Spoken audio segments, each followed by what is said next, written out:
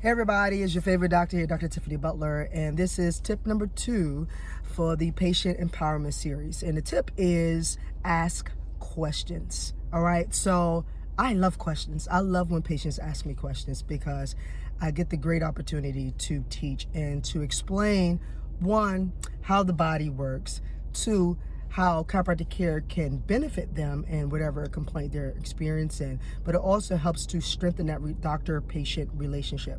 All right, so anytime you are interacting with a healthcare provider, and a lot of times when you're about to go see the doctor, even if it's a walk-in, you're about to interact or engage with a healthcare provider, and that really is your opportunity to ask questions. So I always tell patients, I welcome questions.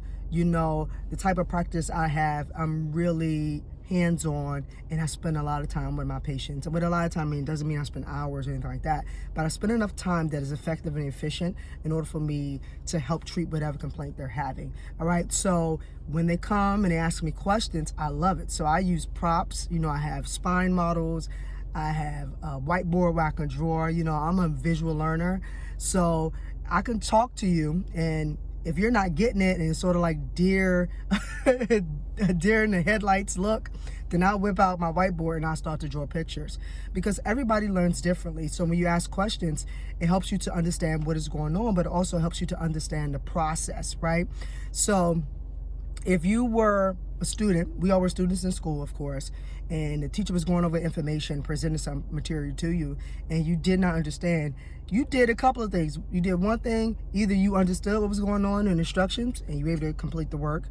Two, you had no idea what was going on, and either you asked a question or you did not, okay? So I encourage patients to ask questions, especially when you do not understand. A lot of times patients will not they'll deny some type of services, and a lot of times because they simply do not understand why they need this type of service or procedure in the first place, or how it can benefit them. So if a patient is sort of apprehensive on the type of treatment I'm about to give them, I always take time to explain to them what's going on and whether the benefits as well as the risk, okay?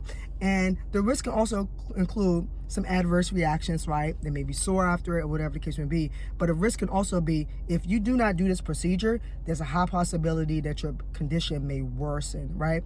Or it just may not get better, or may become chronic, long-standing. So I spend, again, a lot of time educating patients, and I also send them to different sites and provide different materials so they can learn on their own.